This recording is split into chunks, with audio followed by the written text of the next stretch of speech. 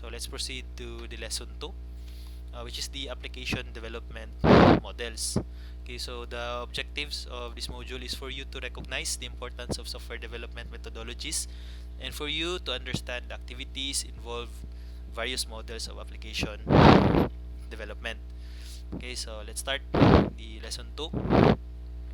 First is let us introduce the three common development models.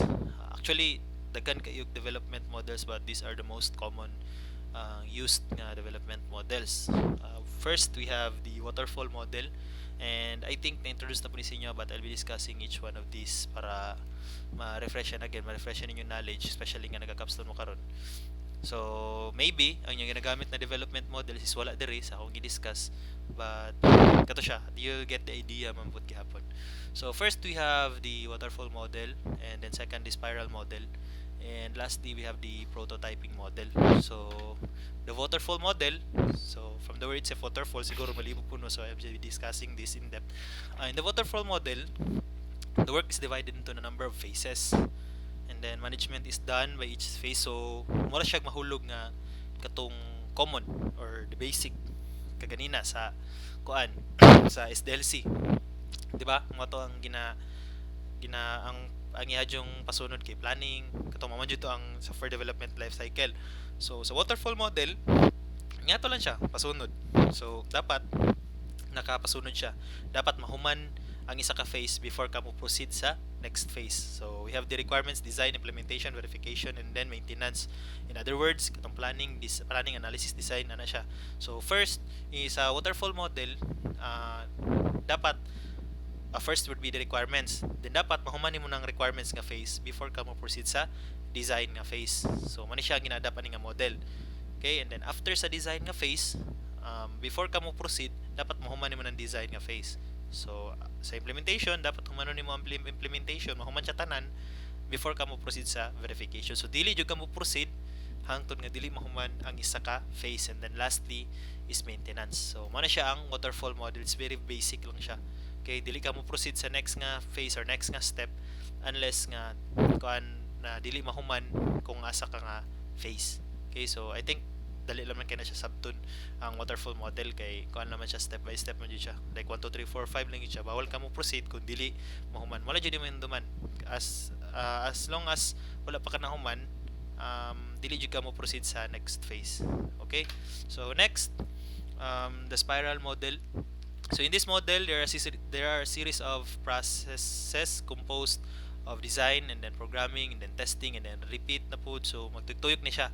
So kabaliktaran ni siya sa waterfall model kay instead nga kuan nga progression kay downstream, naga-move siya kuan siya kaning baliktad siya sa waterfall model. So development steps ani sa spiral model, naga-move siya na cycle nya. I don't know if naga-provide ba dyan siya flexibility to accommodate change in the specifications, pero bago man yung definition, so let's just adapt that nga module na siya. So ang mahitabo is first would be to determine the objectives.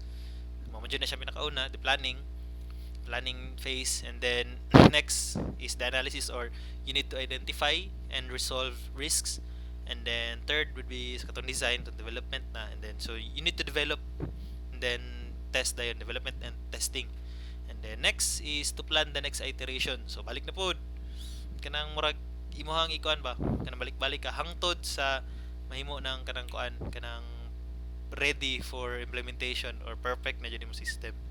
So mo ni siya spiral model, kumbaga 1 2 3 4 and then na condition okay na ba, you need to check pa jud sa 1 2 3 4, balik na pod 1 2 3 4 and then 1 2 3 4 hantod nga kanang kuan, kumbaga mura siya naka-prototype and then check na pod hantod sa mahuman jud nimo ang system. So kana as long as kana feeling nimo pwede na ka mo proceed sa next phase, then proceed ka sa next phase. Dili siya para sa waterfall na you need to make sure na nahuman na jud ang isa ka phase before ka mo proceed. So dili siya ngana. So proceed ka, go na kay nalimtan, wala lang ka kabalo, proceed ka sa next phase. And then proceed na po ka sa next phase, and then agabot sa last phase na remember nimo na napaday nga so balik na po ka. So ngana siya ang spiral model. Kumbaga tuyok lang ka until moabot ka sa time nga kanang kuan na jud siya. Kanang ready for kanang good to go na jud siya imo ang system or mo software nga gi-develop. So that's a spiral model. And then next, we have the prototyping model. So in prototyping model, sa na siya gina-address dire na ay man nakita nga problem sa waterfall model ang kuan ang mga naga-develop og mga methodologies. So naay kuan nga sometimes mas difficult i-kuan ang user requirements especially sa planning nga phase. Kay naman po yung ingana, actually nag-experience po mi ingana during planning dili man jud tanan ma-discuss, dili po tanan mga possible nga mga kuan makit-an during the planning. Dara naman jud na makit-an if na jud tong kuan di ba system, labi na pag testing mo ingon kalit na ay dili man ingana kailangan i-change, so naingana. So mo nang na-develop ni siya nga kuan nga model which is the prototyping model, and mo ni siya actually kani siya nga mga methodologies or kani siya nga mga model kay kuan ni siya katuntulo waterfall, spiral o kani prototyping model is kana murag mo ni siyang backbone sa tanan nga ginagamit na methodology and model karon magiging murag gina-improve lang. Okay, so ang pinaka common is kani si prototyping model, di ba? Mag-create ka og before ka magpa-check tayo na kay client, na siya request mo ni akong gusto ipabuhat. Okay, so buhaton nimo na siya pak, di ba? Mas prefer ako, me myself as developer, mas prefer nako nga wala sa jud ko nag-interview in depth jud kaayo sa client. Ang ginabuhat is sa lang kailangan, and then study ko sa iyang business and transaction, and then ako implement sa system. Buhatan ako na og murag prototype tanan transaction from start to finish, pero dili pa na siya final. Ako ala na idea og sa katong base ako ang initial interview sa iya kay kabalo man ko nga dili tanan ma-discuss or maingon niya during planning. Namo jud ni mga malimtan labi na pagdako ang kanang transaction or dako ang process sa isa ka company or sa ka business. So right after ma-develop ng prototype, ato ko siya pa-check. Ngani siya sir or ma'am, gikan diri may ngani siya. Dara na niya minumduman. Ay dili dapat ingani siya mitabo. Ingani iya pakita i-view tapos diri, di ba? Di ba mas kuan siya.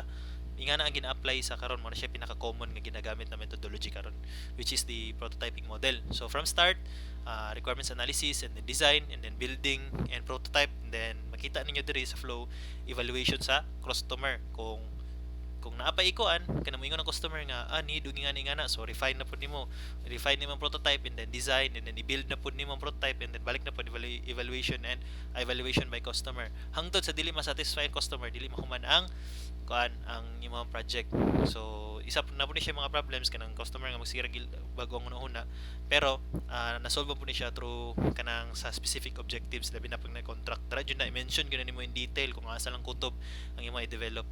Okay, so mo na importance sa kuan, mo na importance sa specific objectives ug sa scope and limitation. Kay kung sa inyo lang importance lang isa defense, labi na sa inyong capstone, labi na sa real life importante nga na siya, labi na nag-include na og contract. Kay kung wala jud na state og tarong dito na di jud ka mahuman og develop sa imong client, so you need to specify those jud, importante kayo na siya. That's very crucial especially sa real life na jud. Kay kung moingon imong client nga ingani mo dapat na siya nya imuhang na state dito sa specific objectives or sa scope and limitation nga dara lang jud kutob or wala na siya ang capability, so wala na, dili na ka kuan kanang luwas na ka ato nga request sa client, labi na pag na siya request nga imposible nya di jud nimo mabuhat. So as long as na state to sa contract kay wala na luwas na kato nya permado pa jud, so luwas na kato dili na mabawi itong imong ang gibayad sa client sa imo. Okay, so di naman ka ma-breach of contract. So nga na siya since naka-state man siya sa contract ang specific objectives sa project and then the scope and limitation. So that's how important kada siya nga part sa inyong documentation. So mo nang during defense, mora po na inyong panagang in case nga ni pangayoon ang panel nga ingana nya na mention na dito sa kuan nga dili. So mo na inyong i-defend sa inyong mo na power ninyo kana siya nga part jud ra sa inyong document, the specific objectives and the scope and limitation. So mo na inyong gamiton, mo na dapat niyo masabtan, and mo po niya dra po ninyo i-express tanan nga limitations sa inyong kuan para in case mabutan time nga paninglan mo og wala. So mo na inyo i-defend kay kung wala na naka-mention dara ang panel na yun na sila freedom nga mo mo kuan, mo question, o modungag as long as wala na mention. Kaya gani sa dinhi sige mga butan mga panel, so sama jud si Yusef in if wala jud na nakakuan dra sa specific objectives nya, wala pa jud nakalimit sa scope and limitation, pat yun juga sa panel bisag perti na lisuda. So okay, nga na siya kay importante ang kanang kuan kanang part sa documentation or sa inyong manuscript. So mo to siya ang prototyping model. Okay, so dili mo undang hantod nga dili ma-satisfy ang customer. So nindot po ni siya kay dili man ka malangay. So you just develop katong initial interview and sa imo pong assessment nga gibuhat sa imong analysis, develop ka prototype, then pa-check. Kung may changes, develop, pa-check. Pag may changes, develop na pod, pa-check. Pag check nimo okay na, so mo na to siya. And sa flow or sa life cycle sa imo ang project.